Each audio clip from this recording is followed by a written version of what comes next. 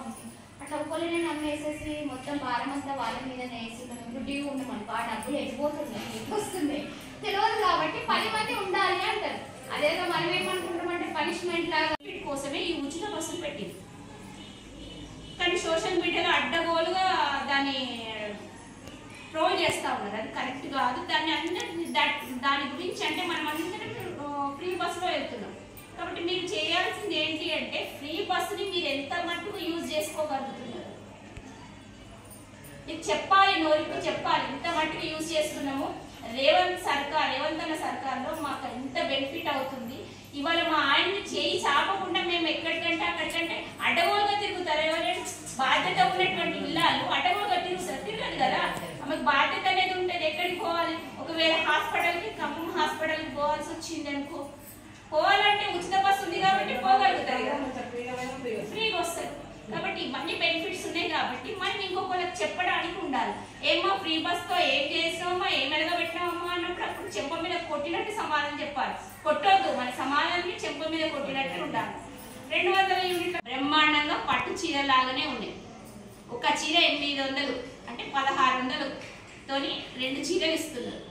మరి గత ప్రభుత్వం ఇచ్చిందా అంటే నాసిరకం చీరలు ఇచ్చింది. గత ప్రభుత్వ చీరల గురించి మనం చెప్పడానికి నేను చెప్తే బాగుండదు. మీ అందరికీ తెలుసు చీరలు ఎట్లా ఉన్నాయో, ఏం చేసిండ్రు చీరల్ని. కొంతమంది తగలబెట్టిండ్రు, కొంతమంది ఉయ్యాలు కట్టిండ్రు, కొంతమంది దిష్టి బొమ్మల్లా చేసి పొలాలలో వేసుకున్నారు, చీరకి కంచెలా కట్టుకున్నారు. ఇవన్నీ చేసిండ్రు. అయ్యో ఇచ్చేందుకు వేస్ట్. కానీ ఈ కోసమే ఈ ఉచిత బస్సులు పెట్టింది. కానీ సోషల్ మీడియాలో అడ్డగోలుగా దాన్ని ట్రోల్ చేస్తూ ఉన్నారు. అది కరెక్ట్ కాదు. దాని గురించి అంటే మనం అందరం ఫ్రీ బస్సులో వెళ్తున్నాం.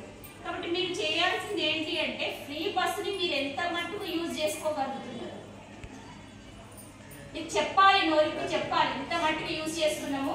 రేవంత్ అన్న సర్కార్లో మాకు ఎంత బెనిఫిట్ అవుతుంది. ఇవాళ మా ఆయన్ని చేయి చాపకుండా మేము ఎక్కడికంటే అక్కడికంటే అడ్డగోలుగా తిరుగుతారు. ఎవరైనా బాధ్యత ఉన్నటువంటి ఇల్లాలు అడ్డగోలుగా తిరగదు కదా. ఆమెకు బాధ్యత అనేది ఉంటుంది. ఎక్కడికి పోవాలి, ఒకవేళ హాస్పిటల్కి ఖమ్మం హాస్పిటల్కి పోవాల్సి వచ్చింది అనుకో, పోవాలంటే ఉచిత బస్సు ఉంది కాబట్టి పోగలుగుతారు కదా, ఫ్రీగా వస్తారు. కాబట్టి ఇవన్నీ బెనిఫిట్స్ ఉన్నాయి. కాబట్టి మనం ఇంకొకరికి చెప్పడానికి ఉండాలి. ఏమో ఫ్రీ బస్తో ఏం చేసినామో ఏం ఎడగబెట్టినామో అన్నప్పుడు అప్పుడు చెంప మీద కొట్టినట్టు సమాధానం చెప్పాలి. కొట్టొద్దు, మన సమాధానాన్ని చెంప మీద కొట్టినట్టు ఉండాలి. 200 యూనిట్ల బ్రహ్మాండంగా పట్టు చీర లాగానే ఉన్నాయి. ఒక చీర 800 అంటే 1600 తోని 2 చీరలు ఇస్తున్నారు. మరి గత ప్రభుత్వం ఇచ్చిందా అంటే నాసిరకం చీరలు ఇచ్చింది. గత ప్రభుత్వ చీరల గురించి మనం చెప్పడానికి నేను చెప్తే బాగుండదు. మీ అందరికీ తెలుసు చీరలు ఎట్లా ఉన్నాయో, ఏం చేసిండ్రు చీరల్ని. కొంతమంది తగలబెట్టిండ్రు, కొంతమంది ఉయ్యాలు కట్టిండ్రు, కొంతమంది దిష్టి బొమ్మల్లా చేసి పొలాలలో వేసుకున్నారు, చీరకి కంచెలా కట్టుకున్నారు. ఇవన్నీ చేసిండ్రు. అయ్యో ఇచ్చేందుకు వేస్ట్. కానీ